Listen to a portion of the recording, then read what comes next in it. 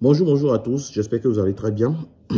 Aujourd'hui, on va faire un mini débrief. Bon, je ne sais pas si je vais dire un débrief, mais voilà, j'espère que vous serez très surpris, mais on va parler un peu du Paris Saint-Germain, version Luis Enrique. Voilà.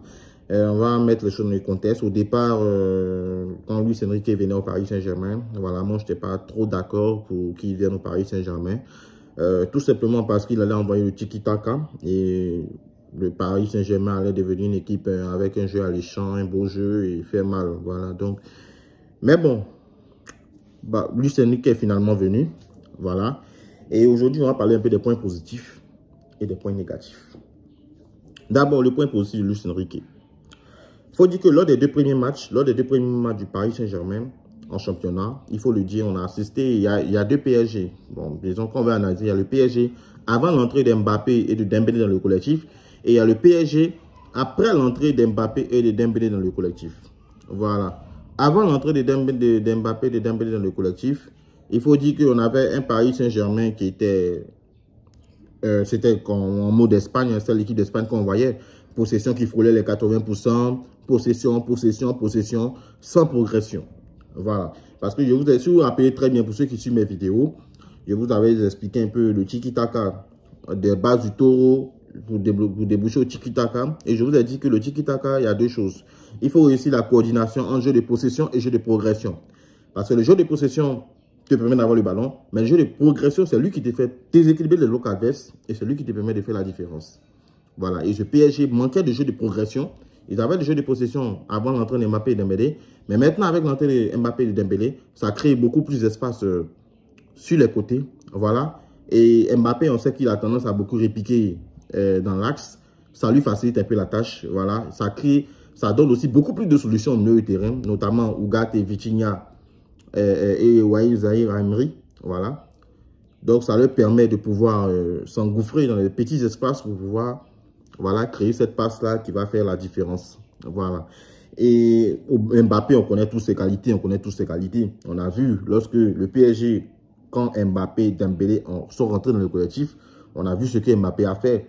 C'est un joueur qui bonifie les buts et qui bonifie les ballons. Il les met au fond des filets. Il n'y a rien à dire. Il n'y a pas à douter sur la qualité d'Mbappé. On sait que forcément, il va s'en sortir. Ceux qui disaient que dans le tiki-taka, Mbappé, non. Ça s'apprend en fait. C'est un jeu. Il faut savoir que le système tiki-taka, c'est un jeu de zone. C'est pas un jeu dont on prend ballon, on fait la passe ici, comme on a l'habitude de voir dans les écoles de football où on vient. Voilà, le foot a changé. Hein. Le foot est devenu un foot de jeu de zone. J'ai ma zone à couvrir, j'ai mon périmètre. Tant qu'il n'y a pas de danger dans mon périmètre, ma zone, je suis tranquille. Chacun connaît son travail, chacun sait quoi faire. Les déplacements, tout ça, c'est calculé, c'est à la limite. Parce qu'à chaque perte de balle, il faut former le triangle pour pouvoir faire le pressing, pour encercler le joueur ayant le ballon. Et il faut que toute l'équipe ensemble défend et fasse un pressing. Voilà. Et on a vu dans les matchs, de PSG, notamment contre Lens, on a eu beaucoup d'enseignements dans ce match-là, parce qu'on a vu comment cette équipe de Paris Saint-Germain a asphyxié l'équipe lensoise qui n'a pas pu vraiment s'en sortir vraiment. Lens était vraiment à l'agonie dans ce match. Ils n'ont pas existé du tout. C'est après les 3-0 que les Lensois ont commencé à exister dans le match. Sinon, on n'a pas vu du tout les Lensois. Et je tenais à attirer un peu votre attention sur le problème du Lens. Parce que c'est vrai, les médias nous disaient non, c'est le match à regarder, c'est le match à attendre, c'est le match. Non, comme c'était le match où le PSG allait gagner la Ligue des Champions. Non, il faut aller doucement, il ne faut pas se presser, il ne faut pas mettre la charrue avant les bœufs, aller doucement. Et il faut dire que dans ce match, on a remarqué aussi vraiment l'importance de Seko Fofana et de Loïs Openda à Lens. Lens a vraiment perdu deux gros joueurs. Et je pense que ça sera difficile pour eux de s'en remettre. Parce que Seko Fofana à lui seul, on a vu la saison dernière contre Paris, il détruisait à lui seul le milieu du terrain. Et qui lançait la profondeur pour Openda, qui pour arriver à faire la différence. Les Sotoka, Thomasson de l'équipe lensoise, c'est vrai, c'est des bons joueurs. Mais pour faire la différence, c'est Loïs Openda dans sa zone qui leur permettait de pouvoir se démarquer, se créer des actions. Voilà, mais malheureusement, on n'a plus ces phases de jeu lensoises, ces triangles de jeu, ce beau jeu alléchant des Lensois qu'on voyait la saison dernière. On n'a plus ça. Voilà. Et donc, le PSG, logiquement, a martyrisé cette équipe-là. Il faut le dire. Et j'aimerais attirer l'attention de tout un chacun sur le jeu de Dembélé. Vous avez vu Dembélé, il prend le ballon, il fait la différence. Mais hier, Dembélé, je l'ai trouvé un peu trop timide. C'est le Dembélé, le mauvais Dembélé que je n'aime pas voir. C'est lui que j'ai vu hier parce que il fait rien. Dembélé, il dribble, à pas dribbler, il n'y a rien. Voilà, il n'y a pas de stade, il n'y a pas de stade du tout de Dembélé, seulement un seul tir dans le match. On ne vit pas que de dribble. On veut un joueur qui fait la différence. Voilà pourquoi la perte de Neymar, je pense que le PSG va le sentir après. Voilà, toujours comme point positif, on sent que Luis Enrique a pu inculquer le pressing tactique, le pressing surtout à cette équipe du PSG. Et voilà, c'est vraiment très important. Mais jusque-là, Marco Asensio, voilà, qui est venu, on sent ce gars, on sent qu'il a du coffre, il envoie son expérience du Real Madrid, essaie de faire un peu la différence, tout ça, et c'est bon, c'est bon. Je pense que côté Paris Saint-Germain, même s'il y a eu des approximations de temps en temps, parce que l'équipe reculait un peu au pressing en soi, parce qu'en tiki-taka, on ne recule pas. Il faut progresser. C'est ce que Luis Enrique leur a dit. Allez, on recule pas, on recule pas, on recule pas. C'est ça. C'est la difficulté qu'on voit les meilleurs, en fait. Voilà, et ils ont pu s'en sortir. Et félicitations Paris Saint-Germain. Ça, c'est les points positifs. Allez, passons maintenant au point négatif. Au point négatif, premier point négatif, moi, je pense que Luis Enrique a fait un mauvais choix dans son choix d'attaquant. Gonçalo Ramos, il a habitué à l'équipe du Benfica au jeu direct de l'équipe du Benfica. Benfica, c'est une équipe qui joue un jeu direct. Et Gonçalo Ramos est un attaquant dans les jeux directs, dans les transitions rapides. C'est facile pour lui de pouvoir se démarquer et de trouver les solutions pour marquer des buts. Mais lorsque le jeu est arrêté, on passe en tiki-taka, on tourne autour, et qu'on doit plonger dans le dos de l'adversaire avec les Mbappé, les Dembélé, tout ça, pour ramener le ballon premier poteau avec les blocs bas, ça se rend vraiment très difficile pour Gonçalo Ramos de s'en sortir. Moi, je vous le dis, ils ont fait un mauvais choix de casting. L'attaquant idéal pour ce système de jeu-là, pour le PSG actuel, moi, je dirais, je vote tout de suite Dani Olmo. J'aurais signé Dani Olmo. Dani Olmo, c'est ce joueur-là qui a l'intelligence tactique. Voilà. C'est un Espagnol, lui, première des choses. Deuxième des choses, c'est un joueur qui a l'intelligence tactique. Voilà, une intelligence tactique du tiki-taka. Il connaît très bien, il sait où se positionner. Et moi, je l'ai tous nommé le joueur fantôme. Le joueur fantôme, on appelle l'humiliable, le joueur fantôme, qui se fond.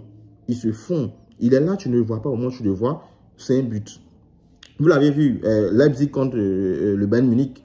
Dani Olmo, c'est ça Dani Olmo. Et le Barça même voulait Dani Olmo. Presque tous ceux qui pratiquent ce jeu de tiki-taka, tout ça, presque toutes ces équipes-là voulaient Dani Olmo. Voilà, c'est pas Leipzig n'est pas prêt vraiment à laisser Dani Olmo parce que eux aussi pratiquent un peu ce semblant de système-là. Voilà. Mais Dani Olmo arrive à s'en sortir là-bas. Personnellement, moi, j'aurais pris Dani Olmo pour ce PSG. Il aurait fait du bien au PSG. Parce que le PSG, il va arriver certains matchs où le miracle n'aura pas lieu. Il n'y aura pas de miracle d'Mbappé et de Dembélé. Surtout en Ligue des Champions. Lorsque le PSG, je veux dire une chose, le tiki-taka, tel que le pratique, le tiki-taka d'école de Luis Enrique est caduque. Je le dis encore et je le répète, c'est caduque. Parce que quand le PSG va affronter l'équipe d'Arsenal, quand ils vont affronter l'équipe de Man City, c'est là qu'ils comprendront que c'est caduque. Vous avez vu Guardiola, son tiki-taka ne marchait plus un moment, malgré qu'il avait des flèches comme Mahrez, les Bernardo Silva, des Phil Foden sur les côtés, tout ça. Il avait toutes ces flèches, mais arrivé un moment, le tiki-taka ne marchait plus. Et là, on est au nouveau système de jeu du tiki-taka. C'est-à-dire, on gonfle le milieu de terrain avec un joueur, un latéral qui se transforme en suppléant au milieu de terrain. On l'a vu avec John Stone l'année passée, c'est ce qui a fait la différence lorsque City jouait. Parce que lorsque on fait un bloc bas, le bloc bas est là, on joue en école en fait, on ferme tous les espaces. Le joueur qui va créer le décalage, c'est celui qui va apporter le surnombre au milieu de terrain et qui a une qualité de passe extraordinaire. John Stone là. Stone là. Voilà, Stone il a ça. Voilà, c'est ce qui a permis à Pep Guardiola la saison dernière de marcher sur l'Europe. Voilà, et on voit que les autres entraîneurs qui pratiquent le tiki-taka sont très sur ce coup-là. Notamment, comment il s'appelle, mais Arteta.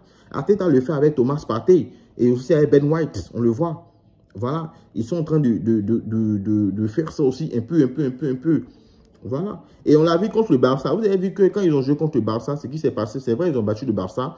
On a dit que les Barcelonais ont dit que non. Xavi a dit non, on ne voulait pas mettre assez d'impact. Mais en fait, c'est ça qui a fait la différence, en fait. C'est ça qui a fait la différence avec le tiki-taka de Xavi, en fait. Parce qu'à partir du moment que tu tombes contre une équipe qui a les mêmes qualités que toi, la différence se fait maintenant au sens tactique. S'il y a John Stone revient de blessure et qui joue ce match contre Paris Saint-Germain, ils vont battre le Paris Saint-Germain. Parce que là, si le bloc bas est bien fait, Je pense que Mbappé, s'il n'y a pas de miracle venant d'Mbappé, de Dembélé, comme c'est des joueurs hors normes qui peuvent faire des miracles, s'il n'y a pas de miracle, je pense que le PSG ne peut pas aller, n'ira pas loin en Ligue des Champions. Peut-être à la limite demi-finale Ligue des Champions, ils peuvent arriver à ça, ils peuvent y arriver. À moins que Luis Enrique décide de réinventer tout complètement son système, chose que je doute fort, parce que Luis Enrique, il vient de l'école, en fait, disons, de Pep Guardiola. Voilà, il reste seulement pas l'école de Pep Guardiola, l'école du Barça, en fait, l'école du Johan Cruyff, du Toro, où il reste beaucoup école. Voilà, et je doute fort qu'il va se réinventer. Je doute fort qu'il va se réinventer. Mais en football, les choses vont vite, on verra dans l'avenir. Parce que si ça ne se réinvente pas, le PSG, on aura toujours un goût encore, un sentiment d'inachevé encore avec ce Paris Saint-Germain. Et on tend vers là. Voilà, c'est vraiment très très important. On va voir comment ça se rouille un peu, mais bon, on va y arriver, on va y arriver. Donc voilà un peu les points négatifs de ce Paris Saint-Germain là. Voilà. Et aussi, derrière aussi, défensivement, c'est bon, mais je le sens un peu de fébrilité. Mais on n'est pas encore en février pour vraiment juger, jauger cette équipe-là. Voilà. Et on va continuer d'observer avant le début, avant la reprise, disons, de la Ligue des Champions. Voilà. Et en tout cas, félicitations au Paris Saint-Germain pour son casting et d'avoir pris aussi Luis Enrique. Et félicitations à Luis Enrique aussi d'avoir pu mettre sa patte là et dénicher les joueurs qu'il faut pour pouvoir accomplir ce système de tiki-taka. Mais on va observer encore ce Paris Saint-Germain. Voilà, il y a vraiment beaucoup d'enseignements tactiques à en tirer. Voilà, pour ceux qui aiment le foot, vraiment, je vous remercie. Passez un bon dimanche. Bisous. N'oubliez pas, le Barça joue aujourd'hui. On joue contre Villarreal, ça va chauffer. Força Barcelona. Força Barcelona. Força Barça. Blaugrana un Bisous.